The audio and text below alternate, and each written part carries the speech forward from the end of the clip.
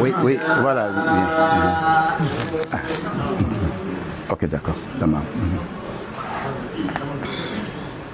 C'est ils sont. Bismillah. Faut appuyer. Non, c'est. Bismillahir Rahmanir Rahim. Wassalatu wassalamu ala sayyidil mursalin. نبينا محمد صلى الله عليه وسلم وعلى آله وصحبه أجمعين.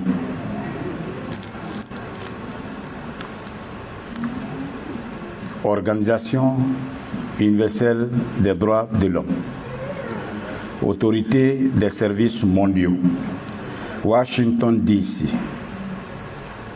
Diplôme d'honneur. Éminence, Dr Cheikh Sulaiman Farouk Onikijipa, OON. Grand Moufti de la ville islamique d'Ilorin. Capitale de l'État de Kwara, en République fédérale du Nigeria. En reconnaissance aux multiples efforts que vous ne cessez de déployer en faveur de la consolidation de la paix, la cohabitation pacifique entre les religions, en particulier, et pour votre attachement et dévouement pour la noble cause du développement, de la stabilité, la prospérité et de l'entente entre les composantes de la société nigériane en général, l'Organisation universelle des droits de l'homme, Autorité des services mondiaux, a l'honneur de vous attribuer la médaille universelle pour la paix et des droits des peuples. Faite à Istanbul le 28 mai 2025, signée par le secrétaire général Dr Ali Akil Khalil, sénateur et ambassadeur des Nations.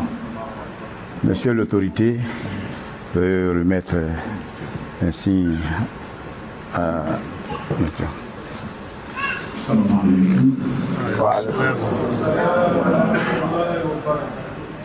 en vertu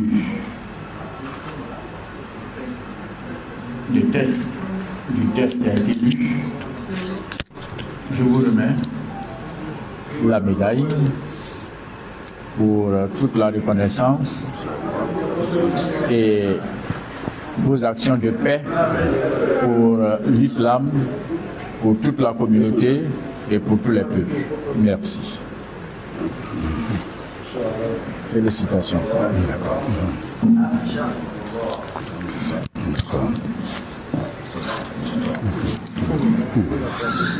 Okay, voilà. Et voilà, la médaille a été donnée. Le grand moufti de la ville sainte du Kwara a été décoré ambassadeur de paix universel mondial. Nous demandons à Allah notre puissant qu'Allah continue de lui guider le pas et Allah le fortifie, qu'Allah l'accorde la santé et Allah fasse que, Inch'Allah, il l'oblige chez le prochain. À la grâce d'Allah. Alors, on dit qu'il y a du baba au bout.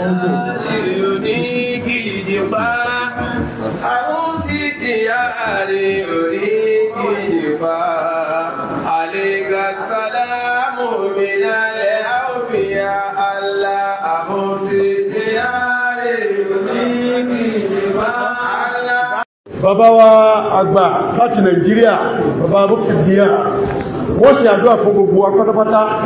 Léètọ́ ẹgbẹ́ lẹ́yìn àdúrà wọn alámọ̀gbà ìyọ̀ǹda láti máa lọ sí ilé àdélébáre ọlọ́pàá mọ́sá ìṣẹ́ dáadáa fún wa. Gbogbo ẹ̀ tí ó ti jẹun láti àárọ̀ nítorí Ọlọ́run kò ní fi pẹ̀lú ẹ̀. Iṣẹ́ mọ̀ bí ó ṣe fẹ́ kí bàbá Mufti Díà. Ẹ dákùtò Ọlọ́run.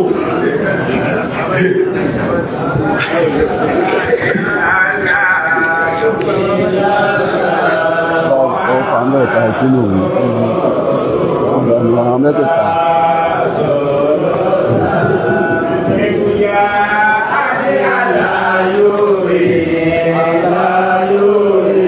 Jùlọ.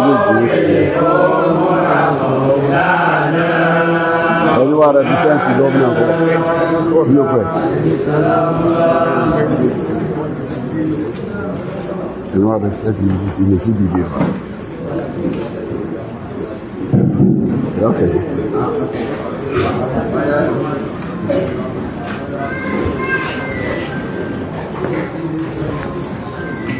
أعوذ بالله من الشيطان الرجيم بسم الله الرحمن الرحيم اللهم صل على سيدنا محمد الفاتح لما أغلق والعاتب لما سبق الناصر العاقب بالعقل والعادي إلى صراطك المستقيم وعلى آله حق قدره ومقداره العظيم الصلاة والسلام على أشرف المرسلين سيدنا محمد رسول الله صلى الله عليه وسلم المبعوث رحمة للعالمين.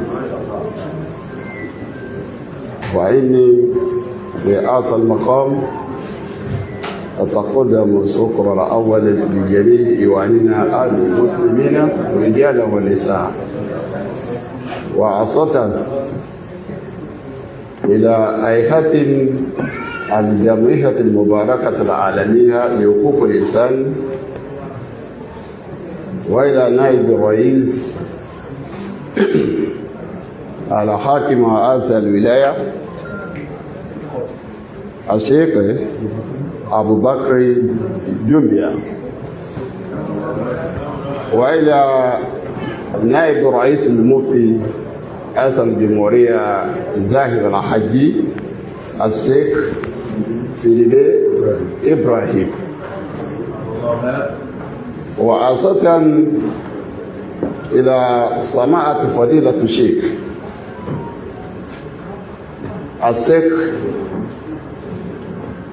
يايا الليغري الإمام الفاضل لما أتقدم إلي من الصرف والعز والمحبة نسأل الله تعالى لكم أن يجعل كل هذه بجميع حسناتكم بجاه مولانا الشيخ بالوجود صلى الله عليه وسلم وشيخ أحمد التجاني رضي الله تعالى عنه ومولانا إبراهيم رضي الله تعالى عنه والشيخ أبو بكر الصديق المسكين بالله والشيخ آدم عبد الله العلوري وجميع حال الله من مسالك العدل ومغاربها جزاكم الله خيرا يا شيخ. mo kí bàbá wa ọba Yorùbá ní gbogbo Côte d'Ivoire eré ajé àdúgbò alọ́balọ́ba tẹ wà níjòkó mo kí gbogbo àwọn pàṣánàtì tí wọ́n ń jòkó mo kẹ́ ìyá wa tẹ wà níjòkó àhájà wa Sofia àhájà wa Samira àhájà wa Sofia wa mama wa tí wọ́n jẹ́ olórí bàbá wa gbóyí mo kí gbogbo àwọn jàmáà tó wá bíkí tó kàlù tí wá ọlọ́nkọ́dá padà láyọ̀ ọ̀rọ̀ ìtànúwé wa Muhammad.